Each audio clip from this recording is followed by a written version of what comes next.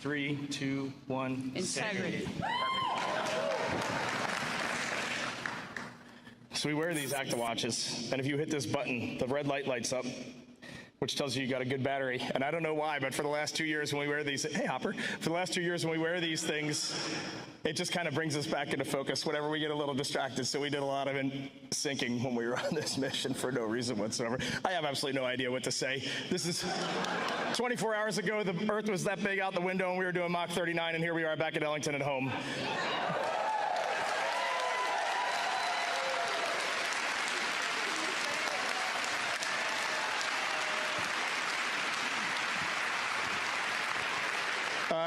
Every one of us are just going to give a couple words, but I get the mic first, so I'm going to start. Victor, Christina, and Jeremy, we are bonded forever, and no one down here is ever going to know what the four of us just went through, and it was the most special thing that will ever happen in my life. And our families are over here, and with the exception of Dot, Susie, and Jeannie, who are in the audience, but I don't know where they are. But Dot, I'm going to hit McDonald's later today in honor of your husband.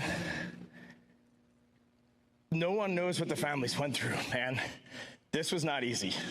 Being 200,000 plus miles away from home, like before you launch, it feels like it's the greatest dream on earth.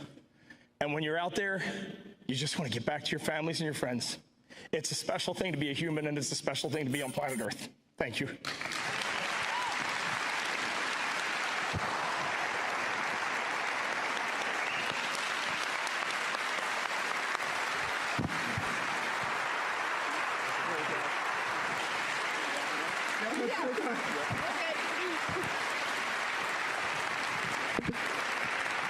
Wait, now I got to make a joke.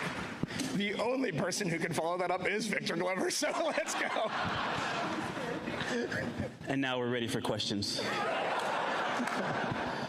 I'm going to keep it brief because I'm afraid to start talking. I have not processed what we just did, and I'm afraid to start even trying. When this started on April 3rd, I wanted to thank God in public, and I want to thank God again, because even bigger than my challenge trying to describe what we went through, the gratitude of seeing what we saw, doing what we did, and being with who I was with, it's too big to just be in one body. And I wanted to thank our families for everything that he just said. So great words, great words, great words. I love you, but not just those 5 beautiful cocoa skin ladies right there.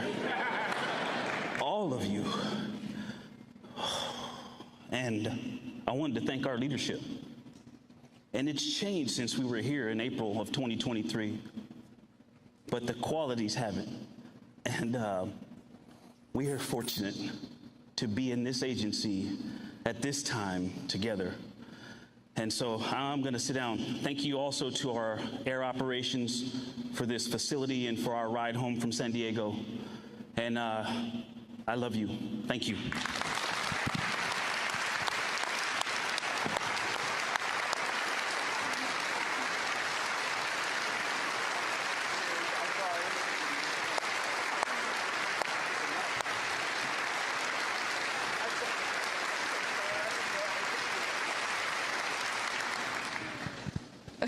Reed just said it was a setup for us who had to follow him. That's true. I couldn't sleep this morning, so I did write some words down in my mind, and I'm going to try and share them with you today.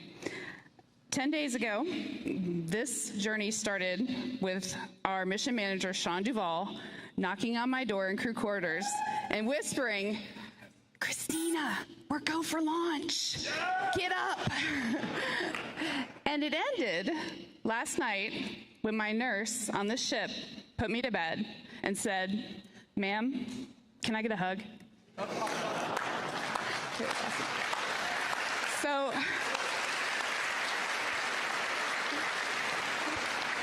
a lot has happened since then, but or between those two moments, but the start and the end were human moments here on Earth.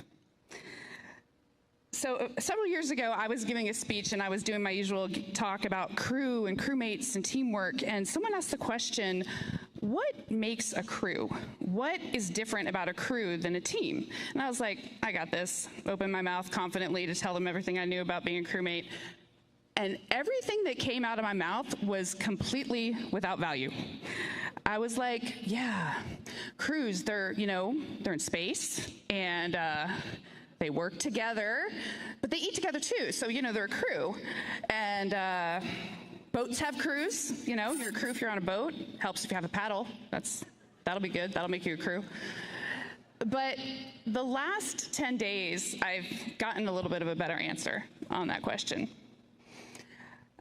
A crew is people, or, a group that is in it all the time, no matter what, that is stroking together every minute with the same purpose, that is willing to sacrifice silently for each other, that gives grace, that holds accountable.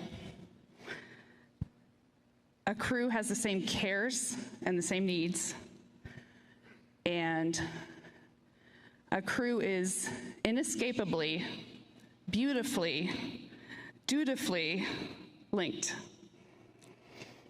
So when we saw Tiny Earth, people asked our crew what impressions we had. And honestly, what struck me wasn't necessarily just Earth, it was all the blackness around it.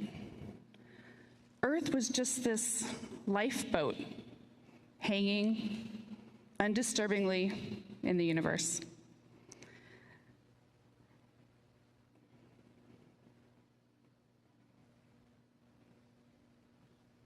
Uh-oh. So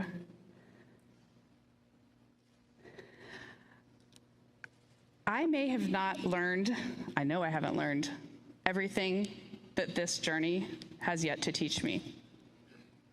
But there's one new thing I know, and that is, planet Earth, you are a crew. Yeah. Thank you.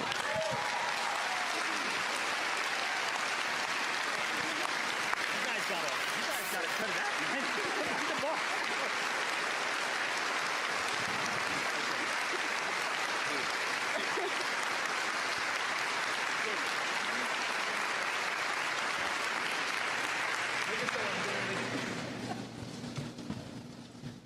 Well, it's been a lot. This isn't helping. But this is the furthest I've been away from Reed in a long time.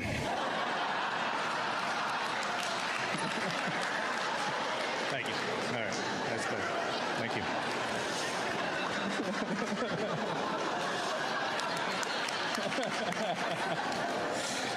I think, yeah, thank you.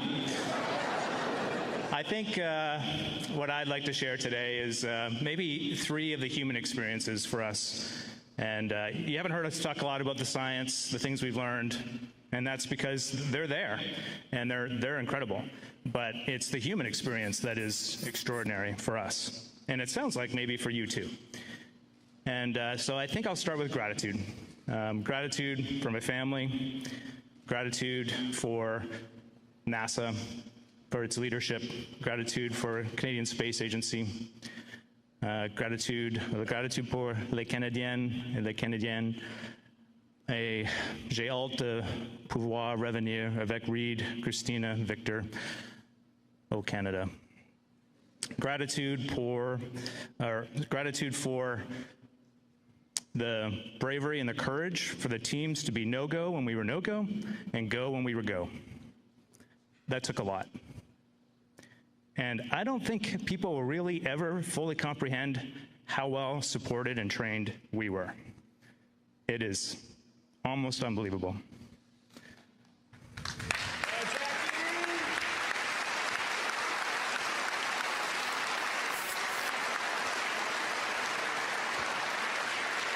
All right, and as my daughter would say, I'll try and stay locked in here. Okay. The next one is joy. We have a term in our crew that we coined a long time ago, the joy train. And sounds like you saw a lot of joy up there. There was a lot of joy. We're not always on the joy train, this crew. There are many times we're not on the joy train. but we are committed to getting back on the joy train as soon as we can. And that is a useful life skill for any team trying to get something done. And the last one is, I need your help for this. Come on up here, guys. The last one is love. What you saw was a group of people who loved contributing, having meaningful contribution, and extracting joy out of that. And what we've been hearing is that was something special for you to witness. And the reason I had them form up here with me is because I would suggest to you that when you look up here, you're not looking at us. We are a mirror reflecting you. And if you like what you see, then just look a little deeper. This is you. Dude, come on.